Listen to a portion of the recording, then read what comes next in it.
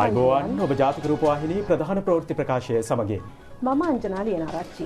මම චානකී නෝච් ප්‍රථමයෙන් ප්‍රධාන ප්‍රවෘත්ති ශීර්ෂ පාඨ.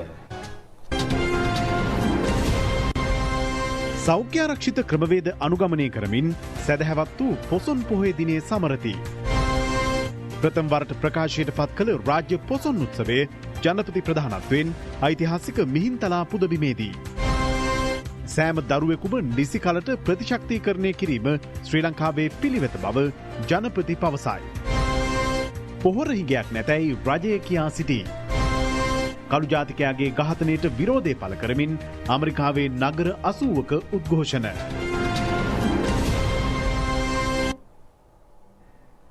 දේශීය පුවත්. රටේ කිසිදු පොහොර හිඟයක් නැතැයි ජාතික පොහොර ලේකම් කාර්යාලය පවසනවා. පොහොර වැඩිමිලට අලෙවි කරන නියෝජිතයන්ට එරෙහිව දැඩි නෛතික ක්‍රියාමාර්ග ගන්නා බව ජාතික පොහොර ලේකම් කාර්යාලයේ අධ්‍යක්ෂ මහේෂ් ගම්මන්පිල මහතා අද පැවති මාධ්‍ය හමුවකදී සඳහන් කළා. ගොවින්ට අවශ්‍ය සියලුම පොහොර මේ වන විටත් බෙදා හැර තිබෙනවා. පසුගිය වසරේ යලකන්නේදී යුරියා පොහොර මෙට්‍රික් ටොන් 67000ක් බෙදා දෙනු ලැබුවා. මේ වසරේ මේ වන විට බෙදා හැර ඇති පොහොර ප්‍රමාණය මෙට්‍රික් ටොන් 80000ක්. පසුගිය යලකන්නේදී TSP පොහොර මෙට්‍රික් ටොන් 16000ක්ද මේ වසරේ මේ වන විට මෙට්‍රික් ටොන් 12000ක්ද බෙදා දී තිබෙනවා. MOP පොහොර මෙට්‍රික් ටොන් 19000ක් පසුගිය වසරේදීද මේ වසරේ මෙට්‍රික් ටොන් 25000ක්ද බෙදා හැර තිබෙනවා. සියලුම දිස්ත්‍රික්කවල අවශ්‍යතාවයන් වලින් 90කට වැඩි ප්‍රමාණයක් බෙදලා තිබෙනවා. ඊයේ ප්‍රශ්නේ ඇති වෙච්ච කුරුණෑගල දිස්ත්‍රික්කයේ එම කොට්ටාශය ගත්තම 99ක් පොහොර බෙදලා තිබෙදී තමයි ඒ තත්ත්වය උදා වුණේ. පොහොර නැහැ කියන්න මිල වැඩි කරලා ඒජන්තවරු විකුණනවා. ඒ පාලනය කිරීම සඳහා අලුත් චක්‍රලේඛයක් අපි නිකුත් කළා. එම ආකාරයට සිදු නොකරන ඒජන්තවරුන්ව පොදු දේපල පනත යටතේ අත්අඩංගුවට ගැනීම සඳහා අවශ්‍ය ක්‍රියාමාර්ග ගන්නට කියලා මම මේ වෙනකොට උපදෙස් ලබා දීලා තිබෙනවා මගේ සහකාර අධ්‍යක්ෂකවරුන්ට. සෑම දරුවෙකුටම නිසි කලට ප්‍රතිශක්තිකරණය කිරීම ශ්‍රී ලංකාවේ පිළිවෙත බව ජනාධිපති ගෝඨාභය රාජපක්ෂ මැතිතුමා පවසනවා. වීඩියෝ තාක්ෂණය ඔස්සේ ඊයේ සවස පැවති ගෝලීය එන්නත් සමුළුව 2020ට එක්වෙමින් ජනාධිපතිතුමා මේ බව කියා සිටියා. ඉදිරි වසර 5 තුළ ලෝකයේ දිරිදුම රටවල් කිහිපයක මැලේරියාව, කොලරාව, සරප්ප, ඒඩ්ස් වැනි බෝවන රෝග මර්ධනයට අවශ්‍ය එන්නත් බෙදා හැරීමට ඇමරිකානු ඩොලර් බිලියන 7.4ක් රැස් කර ගැනීමේ අරමුණින් සමුළුව පැවැත්වුණා. එක්සත් රාජධානිය බිල්හා මෙලින්ඩා ගේට්ස් පතනම ගෙවි එන්නත් සංධානය සහ එක්සත් ජාතීන් එක්ව සමුළුව සංවිධානය කළා. උද්ගත වෙති COVID-19 ගෝලීය වසංගතය හමුවේ ළමා එන්නත්කරණය නැවත ආරම්භ කිරීම ප්‍රමුඛ අවශ්‍යතාවක් බවයි සමුළුව අමතමින් ජනාධිපතිතුමා කියා Sri Lanka's expanded program of immunization has been institutionalized for over 3 decades and is well integrated with primary health care services. We provide easy and equitable access to quality immunization services for all children. We have a strong surveillance system and all vaccine preventable diseases are an integral part of the communicable disease surveillance system. We also maintain very high vaccination coverage in all the districts. Sri Lanka maintains an identified budget line for immunization programs, including the purchase of vaccines. Nearly 98% of the cost is borne by the government. Sri Lanka's challenge is to continue to maintain program quality and timely introduction of newer vaccines as the need arises. We are keener than ever to safeguard our success in disease control over the last 30 years. අනුබුදු Mihindu හිමියන්ගේ අසිරිමත් ලංකාගමනය සිදු වූ උතුම් පොසොන් පොහොය දිනය අදයි. ලක්දිව බුදු සසුනේ ආරම්භයත් බෞද්ධ ශිෂ්ටාචාරයේ පදනම සකස් වීමටත් මූලික වූ අග්‍රතම ජාතික පූජෝත්සවය මෙයයි. මිහිඳු මහරහතන් වහන්සේ ලක්දිව බුද්ධ ශාසනය පිහිටුවීම දෙවැනි පෑතිස් රජු ඇතුළු 40000ක පමණ පිරිසකට චුල්ලහත්ති පදෝපම සූත්‍රය සහ දිව්‍යන්ට සමචිත්ත පරියාය යන සූත්‍රය දේශනා කිරීම ඇතුළු වැදගත් සිදුවීම් රැසක් පොසොන් පොහෝ දිනය හා බැදී පවතිනවා. මිහිඳු හිමියන්ගේ මඟ පෙන්වීමෙන් රජු ඇතුළු ලක්වැසියන් තිසරණ සහිත පංචශීලයේ සමාදන්ව බෞද්ධයන් බවට පත් වුණා. සමාජයේ තිර පැවැත්මට මහෝපකාරී වන දර්ශනයක් රටේ ස්ථාපනය වූයේද මෙම චින්තන විප්ලවයන් සමගයි. ප්‍රඥා සම්පන්න දැහැමි සමාජයක් බිහි කිරීමේ අරමුණින් පවත්වනු ලබන ආමාතම් සිසලස ධර්මදේශනා මාලාවේ 198 වැනි ධර්මදේශනය අද පෙරවරුවේ තංගල්ල කාල්ට නිවසේදී පැවැත්වුණා. ඒ අග්‍රාමාත්‍ය මහින්ද රාජපක්ෂ මහතාගේ සහභාගීත්වයෙන් මෙවර ධර්මදේශනය පවත්වනු ලැබුවේ රුහුණු විශ්වවිද්‍යාලයේ පාලි හා බෞද්ධ අධ්‍යනාංශයේ ජ්‍යෙෂ්ඨ කතිකාචාර්ය කතරගම ශ්‍රී අභිනවාරාම විහාරවාසී පූජ්‍ය කොග්ගල්ලේ විජිත හිමියන් විසින් මෙම ධර්මදේශනය සිල් සුවඳ නිවස පොසොන් උත්සව කමිටුව විසින් සංවිධානය කරනු ලැබුවා. කොවිඩ් අවදානම හේතුවෙන් දිවයින පුරා බෞද්ධ ජනතාව සිය නිවෙස්වල සිට ශීල භාවනා ඇතුළු ආගමික වතාවත්වල නියැලෙන ආකාරය අද උදෑසන සිට දක්නට ලැබීම විශේෂත්වයක්. වෙනදා සදහැවතුන්ගෙන් පිරි ඉදිරි යන මහනුවර ඓතිහාසික ශ්‍රී දළදා මාලිගාව අද දිසූයේ මේ අයුරින්. අද උදෑසන සිට ඓතිහාසික රුවන්වැලි සෑ පුදබිමට පැමිණි පිරිස් සෞඛ්‍ය ආරක්ෂිත උපදෙස් පිළිපදින අයුරු දක්නට ලැබුණා. ආරක්ෂක ලේකම් විශ්‍රාමික මේජර් ජෙනරාල් කමල් ගුණරත්න සහ යුද හමුදාපති ලුතිතන් ජෙනරාල් ශවීන්ද්‍ර සිල්වා මහතා ඇතුළු පිරිසක්ද ආගමික වතාවත් සඳහා එක්ව සිටියා. පොළොන්නරුව ඓතිහාසික ගල්විහාර පුදබිම අද දිසූයේ මේ අයුරින්. ඓතිහාසික තිස්සමහාරාම පුදබිමේද අද ආගමික වතාවත් සිදු කෙරුණා. පොසොන් පොහොය නිමිති කොටගෙන කළුතර බෝධීන් වහන්සේ අභියස සිදු කෙරෙන චරිතානුකූල කිරි ආහාර පූජාව අද පැවැත්වුණා. ඒ සෞඛ්‍ය ආරක්ෂිත ක්‍රම අනුගමනය කරමින්.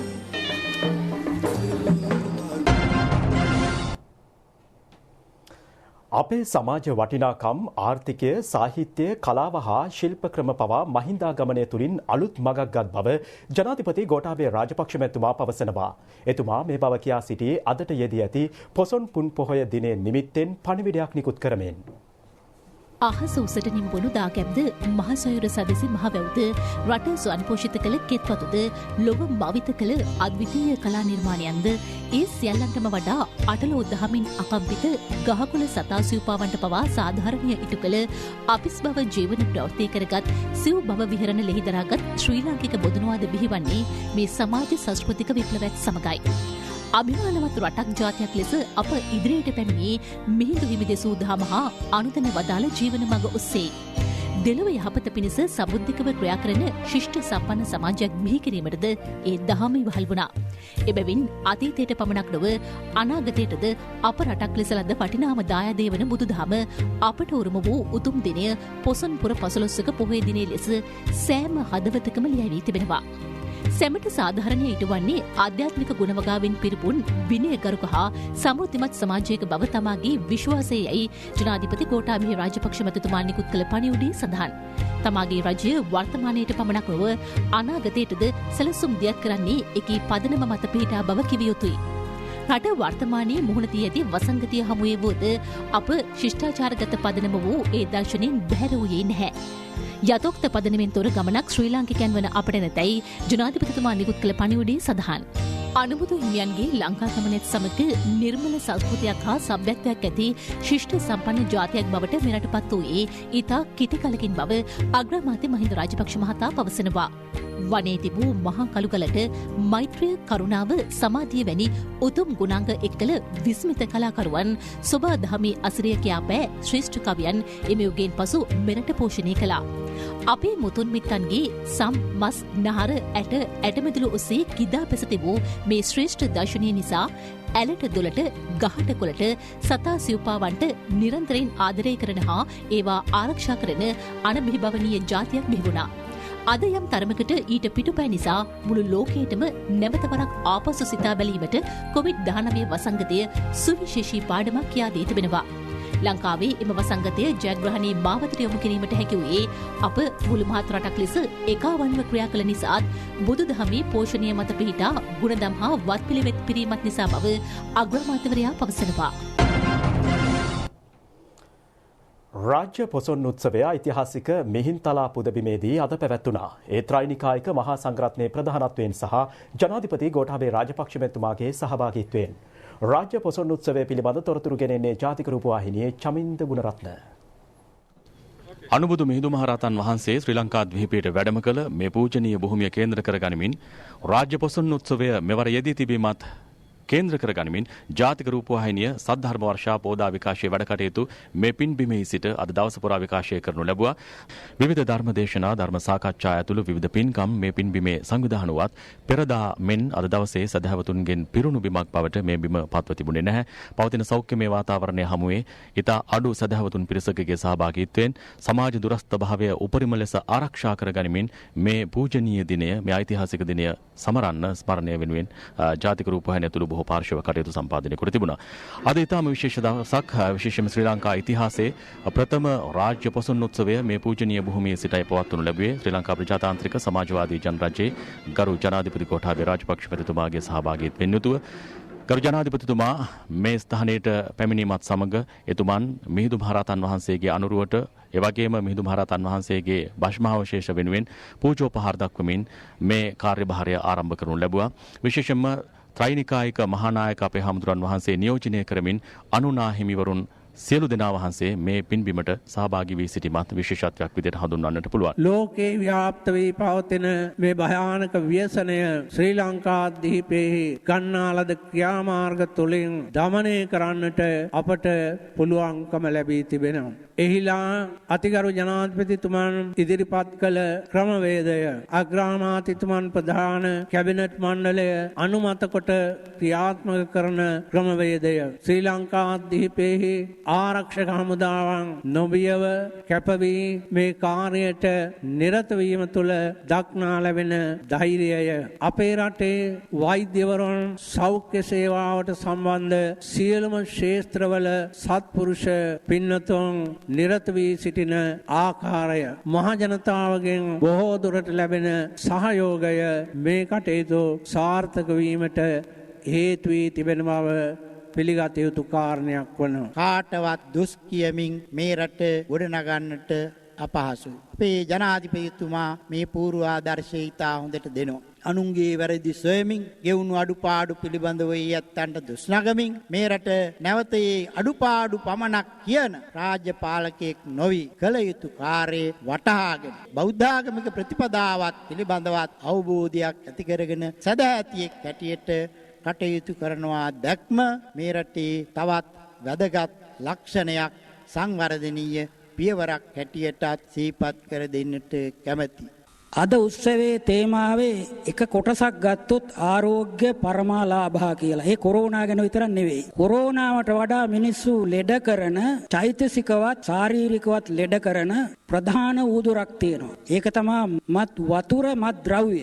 ඒ ඇඟ බේරා ගන්න ගතිය නැති කරලා සියලු දෙනාගේ අවශ්‍යතාවක් බවට පත් වෙන්න ඕන මත් වතුර මත් ද්‍රව්‍ය වලක්වා ගැනීම. කොතනින් හරි පටන් ගන්න ඕන. නිලධාරීන් කියලා වැටලීම් කරන එකටත් වඩා මේවා බොන ඒ කුඩු උරන පිරිස දැනුවත් කරලා ඒකෙන් වෙන හානිය ඒ අයට කියලා දීලා වලක්වා ගැනීමේ වැඩසටහනක් තමයි උවමනා කරන්නේ. පමාදු අමත පදං පමාදු මච්චුනෝ පදං අපමත්තා නමියන්ති යේ පමත්තා යතහමතා කියන ධර්මපදයේ ක්‍රියාත්මක කරමින් වර්තමානයේ අද දක්වා පවතින මේ සමාජයේ ඉදිරියට දර්ශනයක් ඇතුව ක්‍රියා කිරීමට අපේ වර්තමානයේ ශ්‍රීමත් ජනාධිපතිතුමන් ඇතුළු එවැගේම අපේ අගමැතිතුමන් ඇතුළු ඒ අමාත්‍ය මණ්ඩලයත් ස්වාමීන් වහන්සේලාත් එකට ඒකරාශී වෙලා කටයුතු කරනවා නම් වාසනාවන්ත අනාගතයක් අපි හැමදෙනාටම උරුම වෙන බව මතක් කරමින් අපි අද කියන අපිට හොඳ විනයක් තිබුණා. ඒ වගේ අපිට හොඳ හැදියාවක් තිබුණා. අපි ඔක්කොම තිබ්බා කියලා විතරයි කියන්නේ. ඇයි ඉතින් අද හදාගන්න බැරි? අද පුළුවන්. දැන් තමුන්නාංශයක කරනවා. තමුන්නාංශේ මේ රට බාර ගන්නකොට මහ ගෝලීය වසංගතයක් ආවා මේ රටට, ලෝකෙට.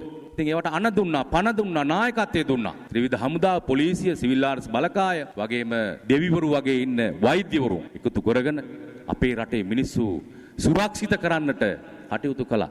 අර විනය කියන එක දෙයක් ඇත්තෙම නැහැ අපේ රටේ මිනිස්සුන්ට. ත්‍රිවිධ හමුදාව, පොලිසිය, සිවිල් ආර්ස් බලකාය ඇරෙන්නට අනිත් අයට කියන දේ පොලිමක ඉන්න බෑ, බෙහෙත් ටිකක් ගන්න සහනාධාරයකට යන්න බෑ, බස් එකේ යන්න බෑ. ඒ වගේ විවිධ අසංවරකමක් අපේ රටේ තියෙනවා. ඉතින් ඒ හින්දා අපේ අතිගරු ජනාධිපතිතුමනි, ඉතින් මං හිතනවා මේක දවසෙන් දෙකෙන් කරන්න බෑ. නමුත් තමුන්නාංශයේ කාලවකවානුව තුල ශික්ෂණයක්, අනප්පනක්, විනයක් තියෙන ජාතියක් බවට පත් කරොත් එහෙම තමුන්නාංශයට පින් සිද්ධ වෙනවා. මේ මිනිස්සුන්ගේ කොඳුනාරට කෙලින් කරා, කසේරුකාව කෙලින් කරා කියලා අපිට කියන්න පුළුවන්. මේ පූජනීය භූමිය ආලෝකමත් කිරීම ඉන් අනතුරුවයි ගරු ජනාධිපතිතුමාතින් සිදු කරනු ලැබුවේ. ලේක් හවුස් ආයතනයේ සමානුග්‍රහකත්වය සහිතව මේ පූජනීය භූමිය මෙවරත් ආලෝකමත් කිරීම සඳහා ලංකා විදුලි බල මණ්ඩලයේද එක්ව සිටියා. ලේක් හවුස් ආයතනය 58 වන වරටයි මේ පූජනීය භූමිය ආලෝකමත් කිරීමේ කාර්යය මෙවර සංවිධානය කොට පවත්වාගෙන ගියේ. ඒ වෙනුවෙන් සහභාගී වුණු බොහෝ දෙනා අතර විශේෂයෙන්ම ආචාර්ය බන්දුල ගුණවර්ධන අමාත්‍යවරයාත් එස්.එම්. චන්ද්‍රසේන අමාත්‍යවරයාත් ඒ වගේම මේ ප්‍රදේශයේ ජනතා නියෝජිතයින් බොහෝ දෙනෙකුත් මේ අවස්ථාව සඳහා සහභාගී වී සිටියා. ඒ වගේම විවිධ ආයතන නියෝජනය කරමින් මේ සඳහා දායකත්ව ලබා දුන්නු පාර්ශව අතර මේ පින්බිම ආලෝකමත් කිරීමේ කාර්යය සිදු කළ ලේක් හවුස් ආයතනයේ සභාපති ජනාධිපති නීතිඥ W. දයාරත්න මහත්මයාත් ඒ වගේම මේ මාධ්‍ය මෙහෙවරේ යෙදුණු ශ්‍රී ලංකා රූපවාහිනී සංස්ථාව නියෝජනය කරමින් එහි සභාපති වෛද්‍ය නිහාල් ජයතිලක මහත්මයාත් අධ්‍යක්ෂ ජනරාල් අජිත් නාරගල මහත්මයාත් ඒ වගේම ලංකා විදුලි බල මණ්ඩලයේ සභාපති විජිත හේරත් මහත්මයාත් මේ අවස්ථාව සඳහා සහභාගී වී සිටියා. බොහෝ දෙනාගේ සාදුනහද මැදේ විදුලි ආලෝකයේ විවෘත වුණාseම තවත් පින්කම් රාශියක් මේ බිමෙහි අද රාත්‍රියේ පුරා සිදු කරන්නත් කටයුතු යොදා තිබෙනවා. අද රාත්‍රියේ මේ පින් බිමේ සිට රතන සූත්‍ර දේශනාව සිදු කරන්නට නියමිතයි. ජාතික රූපවාහිනී මෙවර පොසොන් උත්සවයේ සමාප්ති සජීව විකාශය ලෙස ඒ සිදු කරන්නේ රටට ලෝකයට මෙවර පොසොන් උත්සවයේ තේමාව වඩපත් වුණු ආරෝග්‍ය පරමාලාභා මේ බුදු වදනෙහි ආශිර්වාදය ඔබ වෙනුවෙන් ලබා දෙමින්. ඒ නිසා අපි ඔබට ආරාධනා කරනවා රාත්‍රියේ 9:30ට ජාතික රූපවාහිනිය සමග යලි සම්බන්ධ වන්න මේ පූජනීය භූමියේ සිට රතන සූත්‍ර දේශනාව විකාශය කරන්න අප බලාපොරොත්තු වෙනවා. ඔබ සැමට තෙරුවන් සරණ ප්‍රාර්ථනා කරමින් මගේ සබඳතාව යලි ලබා දෙනවා ප්‍රවෘත්ති මැදිරියට. අග්‍රාමාත්‍ය මහින්ද රාජපක්ෂ මහතා අද ඓතිහාසික සිතුල්පව්ව රජමහා විහාරස්ථානයේ ආගමික වතාවත්වලට සහභාගී වුණා. පොසොන් උත්සවය නිමිත්තෙන් එහි ආලෝක පූජාව විවෘත කරනු ලැබුවේ අග්‍රාමාත්‍යවරයා විසින්. ඓතිහාසික සිතුල්පව්ව රාජමහා විහාරස්ථානයට පැමිණි අග්‍රාමාත්‍ය මහින්ද රාජපක්ෂ මහතා දක්ෂිණ ලංකාවේ ප්‍රධාන සංඝනායක සිතුල්පව්ව රාජමහා විහාරාධිපති මටරැඹ හේමරතන හිමියන් ඇතුළු මහා සංඝරත්නය සමග සුහද පිළිසඳරක නිරත වුණා. අනතුරුව ආගමික වතාවත්වලට නිරත වූ අග්‍රාමාත්‍යතුමන් විහාරස්ථාන පරිශ්‍රයේ පැලයක්ද රෝපණය කළා. සිතුල්පව්ව රාජමහා විහාරාධිපති මටරැඹ හේමරතන හිමියන් විසින් රචනා කරන ලද රමණීය සිතුල්පව්ව කෘතියද අග්‍රාමාත්‍යතුමන් වෙත පිළිගන්වනු ලැබුවා. අද මේ කොරෝනා වසංගතය නිසා මුළු රටම විනාශ වෙන්නට ගිහිපු අවස්ථාවේදී එයින් වළකා ගත්තේ අපේ අතිගරු ජනාධිපතිතුමා අතිගරු මහින්ද රාජපක්ෂ අග්‍රාමාත්‍යතුමා. නමුත් කලින් හිටපු පිරිස හිටියනම් අපේ රට අන්තිම අගාධයට අපට අද කතා කරන්න වෙන්නේ නැහැ කොරෝනා හැදෙන්නට පුළුවනි. හැම කෙනෙක්ම විනාශ වෙලා ගාගෙන විනාශ කළා රටම අගාධයට පත් වෙන්න තිබිච්ච අවස්ථාවේදී ගෝඨාභය රාජපක්ෂ මැතිතුමන්ට පින් සිද්ධ වෙන්නට අග්‍රාමාත්‍යතුමන්ට පින් සිද්ධ වෙන්නට අපේ රට මුදාගත්තා. මේ පොසොන් උත්සවයේ සමරුන් ලබන්නේ ආරෝග්‍ය පරමාලාභා කියන තේමාව යටතේ අපි ඒ තීන්දුව කරේ මේ තියෙන කොරෝනා වසංගතයත් එක්ක ඇතිලා තියෙන තත්ත්වය නිසා. මේ උත්සවයත් සමග විශේෂත්වයක් අද තියෙනවා. ඒ තමයි ජගත් පරිසරය දිනය අදට යෙදී සිටිනවා. එවැනි අවස්ථාවකදී පොසොන් උත්සවයේදී මෙවර එය සමනන්ට ලැබීම සිතුල්පව්වේ සමරන්ට ලැබීමත් එක්තරා වාසනාවක් කියලායි මම විශ්වාස කරන්නේ. පොසොන් උත්සවය දකුණේ විශේෂයෙන් වෙසක් උත්සවයටත් වඩා ඉහළින් සමනන්ට අපි පුරුදු වෙලා තියෙනවා. මේ අවස්ථාවේ සෞඛ්‍ය උපදෙස් අනුව ක්‍රියා කිරීම ගැන අපි සන්තෝෂ වෙනවා. අනතුරුව අග්‍රාමාත්‍ය මහින්ද රාජපක්ෂ මහතාගේ සුරතින් සිතුල්පව්ව රාජමහා විහාරස්ථානය ආලෝකමත් වුණා.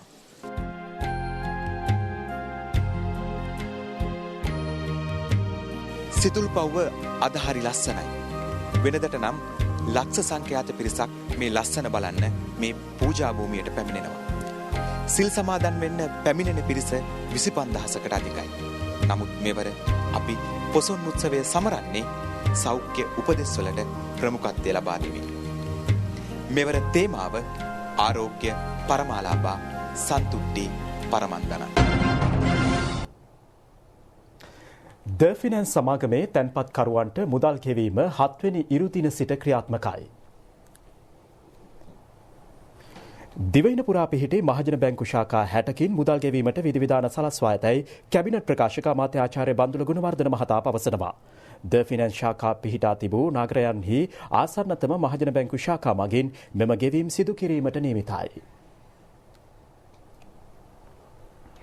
ඇමරිකාවේ පොලිස් අත්අඩංගුවේ සිටියදී කළු ජාතිකයෙකු මිය යාම සම්බන්ධයෙන් අඛණ්ඩව 10 වන දිනටත් ඇමරිකාව පුරා ප්‍රධාන නගර 8කට අධික සංඛ්‍යාවක උද්ඝෝෂණ පැවැත්වුණා. ඒ කළු ජාතිකයන්ට සාධාරණය ඉල්ලමින්. උද්ඝෝෂණවලට මූලික හේතුව වූ ජෝර්ජ් ෆ්ලොයිඩ් නැමැති කළු ජාතිකයා ඝාතනයට සම්බන්ධ වූ පොලිස් නිලධාරීන්ට එරෙහි චෝදනා තවදුරටත් දැඩි කර තිබෙනවා. එසේම ඊට සම්බන්ධ අනෙක් පොලිස් නිලධාරීන් තිදෙනාටද මනුෂ්‍ය ඝාතන චෝදනා එල්ල කර ඇති බවයි විදෙස් මාධ්‍ය වාර්තා සඳහන් කරන්නේ. මේ අතර විරෝධතාවලට එක් වූ සාමාන්‍ය වැසියන්ටද පොලිසිය දරුණු ආකාරයෙන් සලකන අන්දමේ තවත් වීඩියෝ පටයක් මාධ්‍ය විසින් එළි දක්වා තිබෙනවා. නිව්යෝර්කයේ විරෝධතාවලට එක් වූ 75 හැවිරිදි පුද්ගලයෙකු පොලිස් නිලධාරීන් තල්ලු කිරීමෙන් අනතුරුව ඔහු ඇද වැටි තුවාල වන ආකාරයයි එම වීඩියෝ පටයේ දැක්වෙන්නේ. මෙම සිදුවීමෙන් පසු ඊට සම්බන්ධ පොලිස් නිලධාරීන් දෙදෙනාගේ වැඩ තහනම් කිරීමටද බලධාරීන් පියවරගෙන තිබුණා. මේ අතර ඇතැම් මාධ්‍ය වාර්තා සඳහන් කරන්නේ මේගේ ජෝර්ජ් ෆ්ලොයිඩ් සහ ඔහු ඝාතනයට සම්බන්ධ පොලිස් නිලධාරියා මීට ඉහතදී එකම ආයතනයක සේවය කර ඇති බවයි. එම නිසා මෙම ඝාතනය පුද්ගලික ආරවුලක් නිසා සිදු වූවක් බව ජෝර්ජ් ෆ්ලොයිඩ්ගේ සහෝදරයා සඳහන් කළ බවයි වාර්තා වන්නේ. මියගිය ජෝර්ජ් ෆ්ලොයිඩ් වෙනුවෙන් අවමගුල් උත්සව 3ක් අද දිනේ පැවැත්වෙනවා. තවත් අවමගුල් උත්සව කිහිපයක් හෙට දිනේද පැවැත්වීමට නියමිතයි. ඔහුගේ අවසන් කටයුතු ලබන අඟහරුවාදා පැවැත්වීමට නියමිතයි. විදෙස් මාධ්‍ය වාර්තා සඳහන් කරන්නේ අවසන් කටයුතු සඳහා හිටපු උපජනාධිපති ජෝ බයිඩන්ද සහභාගී වීමට නියමිත බවයි.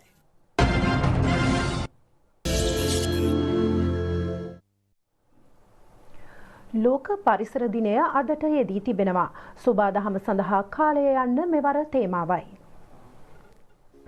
1972 වර්ෂයේ ස්වීඩනයේ ස්ටොක්හෝම්ස් නුවර පැවති පරිසර සමුළුවේදී ගන්නා ලද තීරණයකට අනුවයි මෙම දිනය නම් කෙරුණේ. එක්සත් ජාතීන්ගේ පරිසර වැඩසටහනේ සමාරම්භක දිනය සැමරීමට මේ දින යොදා ගනුණා. මෙම දිනය පළමු වරට සමරනු ලැබුවේ 1974 ජුනි මාස 5 වෙනිදායි. විවිධ වර්ෂවල කාලීනව බලපාන ගෝලීය පරිසර අභියෝග සැලකිල්ලට ගනිමින් ලෝක පරිසර දින තේමාව ප්‍රකාශයට පත් කරනවා. ලෝක පරිසර දිනය නිමිත්තෙන් ජනාධිපති ගෝඨාභය රාජපක්ෂ මැතිතුමාද පණිවුඩයක් නිකුත් කර තිබෙනවා. මිනිසා ඇතුළු සියලු ප්‍රාණීන් හා පරිසරය අතර ඇත්තේ අවියෝජනීය සබඳතාවක්. අතීතයේ පටන් ශ්‍රී ලාංකේය ප්‍රජාව පරිසරය සමග පවත්වාගෙන ආ ගැඹුරු සැබදියාව අපගේ ජනජීවිතය පෝෂණය කිරීමට හේතු වුණා. එසේ පරිසරය සමග සහජීවනයේ ඇවතුම් පැවතුම් සමග ගොඩනැගුණු ජාතික අනාගත පරපුරට පරිසරය පිළිබඳ අපගේ අතීත ඥාන සම්භාරය මෙන්ම වත්මන් පාරිසරික ගැටලු පිළිබඳ අවබෝධයක් ලබා දීමේ අවශ්‍යතාව අද අන් කවරදාටත් වඩා දැනෙනවා. තිරසර පාරිසරික උපාය මාර්ගික අවශ්‍යතාව සෞභාගයේ දැක්ම ප්‍රතිපත්ති ප්‍රකාශනයෙන් හඳුනාගනු ලැබූ බවයි එම පණිවුඩේ සඳහන් වන්නේ. අග්‍රාමාත්‍ය මහින්ද රාජපක්ෂ මහතාද ලෝක පරිසර දිනය වෙනුවෙන් පණිවුඩයක් නිකුත් කර තිබෙනවා. 2020 යනු සුබාදහම මුහුණ දී සිටින අර්බුදයට විසඳුම් සෙවීමේ හදිසි අභිලාෂයන් සහ ක්‍රියාමාර්ග සඳහා මුහුණ දුන් වසරක්. මිනිස් ක්‍රියාකාරකම් හේතුවෙන් සමුද්‍ර දූෂණය, ගෝලීය උෂ්ණත්වය ඉහළ යාම, වනජීවී අපරාධ, ස්වාභාවික විපත්, වායු දූෂණය, කාලගුණික විපර්යාස, වනහරණය යනාදී පාරිසරික ගැටලු රැසකට වර්තමානයේ ලොවක් වශයෙන් අප මුහුණ දී ඇතැයි අග්‍රාමාත්‍යවරයා නිකුත් කළ පණිවුඩේ සඳහන්. මේ අතර ලෝක පරිසර දිනයට සමගාමීව ජනාධිපති ගෝඨාභය රාජපක්ෂ මැතිතුමා අද මිහින්තලා පුදබිමේදී පැලයක් රෝපණය කරනු ලැබුවා. පරිසර දිනයට සමගාමීව අග්‍රාමාත්‍යවරයා විසින් තංගල්ල කාල්ටන් නිවෙස් පරිශ්‍රයේද පැලයක් රෝපණය අද සිදු කරනු ලැබුවා. ලෝක පරිසර දිනය නිමිත්තෙන් සොබාරුව නමින් පරිසර ඡායාරූප තරගයක් හා ප්‍රදර්ශනයක් වාර්ෂිකව සංවිධානය කරනවා. ජාතික ඡායාරූප ශිල්පීන්ගේ සංගමය එහි සමාජිකයන් හා පාඨමාලා හදාරන සිසුන් විසින් එය සංවිධානය කරනු ලබනවා. COVID-19 වසංගතයේ හේතුවෙන් මෙවර එය ප්‍රදර්ශනයක් ලෙස නොපැවතුණු අතර ඩිජිටල් ඔන්ලයින් ක්‍රමයට තරග පවත්වා ජයග්‍රාහී නිර්මාණ තෝරා ගැනුණා. ඒවා www.napsl.com හි ප්‍රදර්ශනය කොට තිබෙනවා. මෙරට COVID-19 රෝගය වැළඳුණු 858 දෙනෙකු අද වන විට පූර්ණ සුවය ලබා සිටිනවා. අද දිනය තුල සුවය ලබා රෝහල් වලින් පිටව ගිය සංඛ්‍යාව 19ක්. COVID-19 රෝගයේ වැළඳුණු 932 දෙනෙකු තවදුරටත් රෝහල්ගතව ප්‍රතිකාර ලබනවා. අද දිනේදී මෙතෙක් වාර්තා වූයේ COVID-19 රෝගීන් 9 දෙනෙකු පමණයි. ඔවුන්ගෙන් 2 දෙනෙකුම බංග්ලාදේශයේ සිට මෙරටට පැමිණි පුද්ගලයන්. අනෙක් පුද්ගලයන් 2 දෙනා නාවික හමුදා සමාජිකයින්. COVID-19 රෝගයේ වැළඳුණු බවට ඊයේ දිනේ තුල හඳුනාගත් රෝගීන් සංඛ්‍යාව 48ක්. ඔවුන්ගෙන් 42 දෙනෙකුම නාවික හමුදා සමාජිකයින්. අනෙක් සියලු දෙනා විදේශයන්හි සිට මෙරට පැමිණි පුද්ගලයින්. ඉන්දියාවේ සිට පැමිණි තිදෙනෙකු, බංග්ලාදේශයේ සිට පැමිණි පුද්ගලයන් 2 දෙනෙක් සහ ඩුබායි සිට පැමිණි පුද්ගලයෙකු ඔවුන් අතර වනවා. අද වන විට මෙරටින් වාර්තා වන සමස්ත COVID-19 රෝගීන්ගෙන් 883 දෙනෙකුම නාවික හමුදා සමාජිකයින් සහ ඔවුන්ගේ ආශ්‍රිතයන්. එය ප්‍රතිශතයක් ලෙස ගත් විට 49.02. තවත් 605 දෙනෙකු හඳුනාගෙන ඇත්තේ විදේශයන්හි සිට මෙරට පැමිණි පුද්ගලයන්ගෙන්. එම ප්‍රතිශතය 33.59. සෙසු සියලු දෙනාම දේශීයව හඳුනා ගැනුණු කොවිඩ් රෝගීන්. එම සංඛ්‍යාව 313. ප්‍රතිශතයක් ලෙස 17.37ක් වනවා. ශ්‍රී ලංකාවට ඇතුළු වන රාජතාන්ත්‍රිකයන් සඳහා PCR පරීක්ෂණ සහ නිරෝධායන ක්‍රියාපටිපාටි පිළිබඳ සංශෝධිත උපදෙස්මාලාවක් විදේශ සබඳතා අමාත්‍යාංශය අද නිකුත් කර තිබෙනවා. ඒ අනුව රාජතාන්ත්‍රික කාර්ය මණ්ඩලයේ සමාජිකයින් සහ ඔවුන්ගේ පවුලේ සමාජිකයන් අදාළ රටවලින් පිටත්ව යාමට පෙර පැය 72ක් ඇතුළත ලබාගත් PCR පරීක්ෂණ වාර්තා ඉදිරිපත් කළ යුතු වනවා. ඔවුන්ට අදාළ PCR පරීක්ෂණ වාර්තා ලබා දීමට නොහැකි නම් එම පුද්ගලයන් කටුනායක බණ්ඩාරනායක ජාත්‍යන්තර ගුවන්තොටුපළේදී අනිවාර්ය PCR පරීක්ෂණයකට භාජනය කරනු ඇති. එම පුද්ගලයන් නිල නිවාසවලදී ස්වයං නිරෝධායනයකට ලක් කළ යුතුයි. එම කාර්ය මණ්ඩලය හා සමාජිකයන් දූත මණ්ඩල ප්‍රධානීන්ගේ එකඟතාවට හා අධීක්ෂණයට යටත්ව දින 14 කාලයක් සඳහා ශ්‍රී ලංකා රජය විසින් නිර්දේශ කරනු ලබන හෝටලයක නිරෝධායන ක්‍රියාපටිපාටින් අනුගමනය කළ යුතුයි. නොයසේ නම් වෙන්වෙන් වශයෙන් පිහිටි නිවාසවලද නිරෝධායනය විය හැකියි. නිරෝධායන කාලයේ අවසන් වූ වහාම ඒ බව අදාළ පාර්ශව හරහා විදේශ සබඳතා අමාත්‍යාංශයට දැනුම් දිය යුතු වනවා. අදාළ නිලධාරියා දූත මණ්ඩල සේවය නැවත ආරම්භ කිරීමට පෙර දූත මණ්ඩලය විසින් සිදු කරන ලද දෙවන PCR පරීක්ෂණ වාර්තාව ඉදිරිපත් කළ යුතු බව විදේශ සබඳතා අමාත්‍යාංශය පවසනවා. ඉරණවිල COVID-19 මධ්‍යස්ථානයේ ප්‍රතිකාර ලබන රෝගීන් සහ ප්‍රතිකාර කරන වෛද්‍යවරුන් ඇතුළු කාර්ය මණ්ඩලය වෙනුවෙන් ඉරණවිල ශ්‍රී බෝධිරුක්කාරාම විහාරාධිපති පූජ්‍ය කළුගුමුවේ පඤ්ඤාසාර හිමි විසින් ධර්මදේශනාවක් අද සිදු කරනු ලැබුවා. ඒ පොසොන් පොහොය නිමිති කරගෙන කොවිඩ් රෝගීන්ට මෙම ධර්මදේශනයේ ශ්‍රවණය කිරීම සඳහා අවශ්‍ය පහසුකම් ඔවුන්ගේ කුටිය තුලම සපයා තිබුණා. මේ වන විට එහි COVID-19 රෝගීන් 52 දෙනෙකු ප්‍රතිකාර ලබමින් සිටිනවා. දැනට ක්‍රියාත්මක ඇඳින් නීතියේ හෙට අලුයම 4 අවසන්. හෙට සිට යලි දැනුම් දෙනතුරු ඇඳින් නීතිය ක්‍රියාත්මක වන්නේ සෑම දිනකම රාත්‍රී 10 සිට අලුයම 4 දක්වායි. තංගල්ල මූලික රෝහලේ හද දැඩි සත්කාර එකකය ඇතුළු වාටු සංකීර්ණය අග්‍රාමාත්‍ය මහින්ද රාජපක්ෂ මහතාගේ සහභාගීත්වයෙන් හෙට ජනතා අයිතියට පත් කිරීමට නියමිතයි. ඒ සඳහා වැය කෙරෙන මුදල රුපියල් 3,50 ලක්ෂයක්. තංගල්ල මූලික රෝහලට හෘද දැඩි සත්කාර ඒකකයක් දීර්ඝ කලක සිට අවශ්‍යව තිබුණා. එම නිසා එම වාට්ටු සංකීර්ණය ඉදිකිරීම සඳහා අග්‍රාමාත්‍ය මහින්ද රාජපක්ෂ මහතා විසින් රෝහලට යාබදව පිහිටා තිබූ දැනට එම ස්ථානයෙන් නිවත් කර ඇති තංගල්ල බන්ධනාගාරයේ ගොඩනැගිල්ලක් ඒ සඳහා ලබා දුන්නා. මෙම ගොඩනැගිල්ල වාට්ටු සංකීර්ණයක් ලෙස සකස් කිරීම ආරම්භ කෙරුණේ පසුගිය අප්‍රේල් 2 වෙනි දිනයි.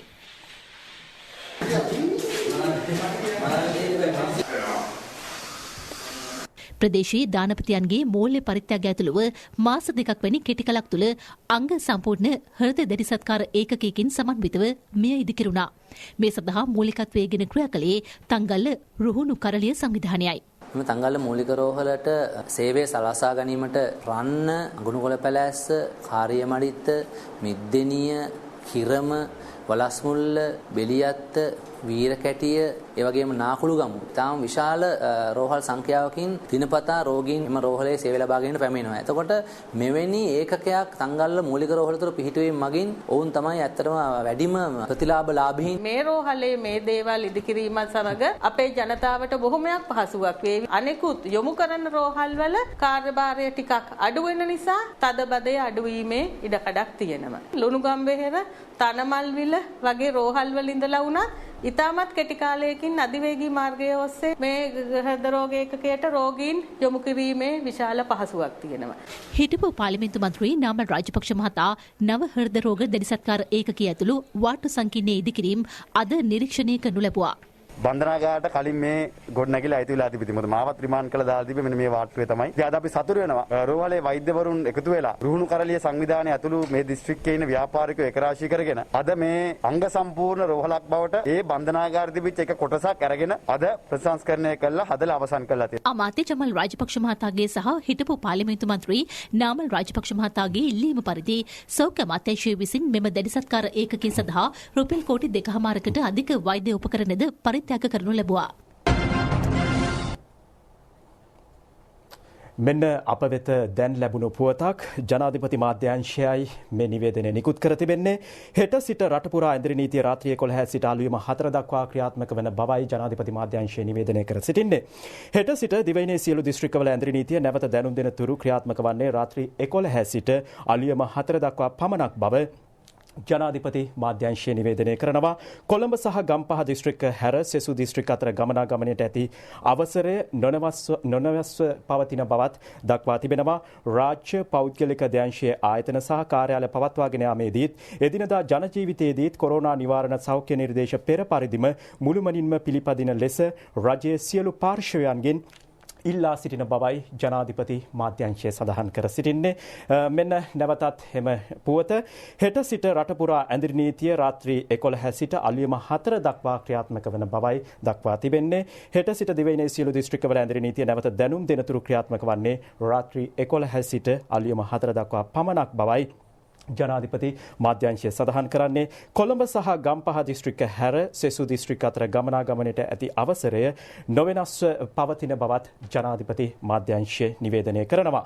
රාජ්‍ය හා පෞද්ගලික අධ්‍යංශයේ ආයතන සහ කාර්යාල පවත්වාගෙන යාමේදීත් එදිනෙදා ජනජීවිතයේදීත් කොරෝනා නිවාරණ සෞඛ්‍ය නිර්දේශ පෙර පරිදිම මුළුමනින්ම පිළිපදින ලෙස රජය සියලු පාර්ශවයන්ට දැනුම් දීමක් කර සිටිනවා. රටේ පවතින දේශපාලන තත්ත්වය පිළිබඳ පක්ෂ විපක්ෂ ජනතා නියෝජිතයන් පළ කළ අදහස් කිහිපයක් මේ. දැන් කැට තියලා තමයි කිව්වේ මැතිවරණය පැවැත්වීම නීති විරෝධී. එයින්ද පැරණි පාර්ලිමේන්තුව කැඳවීමට ජනාධිපතිතුමාට සිදු වෙනවා කියලා. දැන් අපි අහනවා මොන නීතිමය රාමුව තුලද ඔවුන් මේ කාරණා කතා කරේ. ඉතින් අපිට පේන්න තියෙන්නේ ඔවුන් පරාජය වුණා විතරක් නෙවෙයි. ඔවුන්ට දැන් ඉදිරි ගමන සම්බන්ධයෙන්වත් සලස්මක් හදාගන්න බෑ. ඒ නීතිමය තත්ත්වය මම හිතන්නේ මීට වැඩි අවධානය යොමු කරන්න තිබු අධිකරණය. මොකද මේ දෙන තීන්දුවෙන් විශාල නීතිමය තත්ත්වය පැත්තෙන් විශාල ව්‍යාකූල තත්ත්වයක් ඇති වෙනවා. මාස 3කට ජූනි 2 වෙනිදා වෙනකොට මැතිවරණය විශේෂයෙන්ම පවත්වලා පාර්ලිමේන්තුව කැඳවන්න ඕනේ. ඒ කැඳවන්න විදියක් නැහැ. තමන්ගේ පාක්ෂිකයන්ට ගිහිල්ලා කිව්වේ මොකද්ද? බය වෙන්න එපා. ඡන්දේ තියන්නේ නැහැ. ඒකට අවශ්‍ය කරන අපි නඩු ටික දාලා ඉවරයි. ඡන්දයක් එන්නේ නැහැ. අපි නිකම්ම මේක මොකද හේතුව අර දින 58 වගේ ගේම ගහ ගන්නම් කියලා. පාක්ෂිකයන් සතුටු කරන් හිටියා. දැන් පාක්ෂිකයන්ට වෙලා තියෙන්නේ යන්නේ නමන්න. පාක්ෂිකයොත් දැන් හරියට ණයමැරිච්ච අහිකුන්ටකයා වගේ. මේ පසුගිය අධිකරණ ක්‍රියාවලියේදී අපි දාපු නඩු නෙමෙයි. අපි සම්බන්ධයක් තිබුණේ නැහැ. එක්සත් ජාතික පක්ෂය හැටියට කිසිම නඩුවක් දැම්මේවත් ඒක කරේ නෑ අපි. ශ්‍රේෂ්ඨ අධිකරණයේ තීන්දුව අනිවාර්යෙන් අපි පිළිගත යුතුයි. නමුත් ඒ නඩුව අපි දාපු එකක් නෙමෙයි. ඒක අපිට අදාළ නෑ. සමගි ජන බලවේගය හා එක්සත් ජාතික පක්ෂය අතර යන ගැටුම ගහමරා ගන්නා තැන දක්වා යන්න ඉඩ තිබෙනවා. අතිවිශාල පරාජයත් එක්ක එක්සත් ජාතික පක්ෂය ඇතුලේ නොවැළැක්විය හැකි ප්‍රතිබෙදීම ඇති වුණා. මේ වෙනකොට ඒගොල්ලන් අතරින් තවත් කණ්ඩායම් කැඩී යාමේ ඉඩකඩක් තිබෙනවා. කාර්යකක ටයර් එකක් ගුලන් ගියා කියලා ඒකෙන් කාර්යකම නැති වෙන්නේ නෑනේ. ගුලන් ගහන නැවත ටයර් එක දානකම් ඒ චුට්ට කාලක අමාරුවෙන් ගමන් ගන්නවා. ඒක ඇත්ත. වුරුකියෝ බැටළු ඇඳුම් ඇඳගෙන ඉන්න කට්ටිය අපිත් එක්ක හිටියානම් අද බැහැරව සිටින්නේ. එතුමාට විවිධ දේවල් කාලෙන් කාලට හිතෙනවා. ප්‍රාවිකරණ නැගමැතිතුමා නිසා අපේ පක්ෂයට සිදුවුණු දේ ගැන අපි කවුරුත් දන්නවා. අද එතුමාත් එක්ක එතුමාගේ කණ්ඩායමත් එක්ක ඉන්නේ බොහෝම පුංචි පිරිසක් විතරයි. ඒ නායකයොත් මෙච්චරයි. ඡන්දදායකයෝ ඇත්තෙම නැහැ. අපේ දිස්ත්‍රික්කයේදී අජිත් පෙර කියලා මහ ලොකු කෙරුමක් හිටියා. ආසනේ 40000 ගානේ පරාදයි. මට දොස් කිව්වා මම වැඩ කරන්නේ නැහැ කියලා යුයන් පෙර. අජිත් මහත්තයා කේලම් කිව්වා මම වැඩ කරන්නේ නැහැ කියලා. අවසානයේ බේරුවල ආසනේ අරුණාව මේ පාලිත්වයක් වෙනව නියෝජනක දුප්පත් ආසනේ බුලත්සිංහ ආසනේ දෙවෙනියට ආවේ. කොහොමද අනේ රටක් දිනාගන්නේ? අර බංගලොත් වෙච්ච බන්දිරු ටිකක් දාගෙන. මේ විදියට පක්ෂය දෙකඩ කරපු සුළුතර කල්ලිය තමයි ඒ පැත්තෙන් නාමයෝජනා දීලා තින්නේ. රටේ ජනතාව දන්නවා එක්සත් ජාතික පක්ෂය කියන්නේ සමගි ජන බලවේගය තමයි කියන්නේ. එජාපයෙන් කොටසක් අද ගැලවිලා ඡන්දෙට එනවා බල කාමෙන් මත් වීලා රැවටෙනු එපා ටැලි පෝනෙට අලි කියලා අලියා රැක ගනිමු අපි සැම එක් වීලා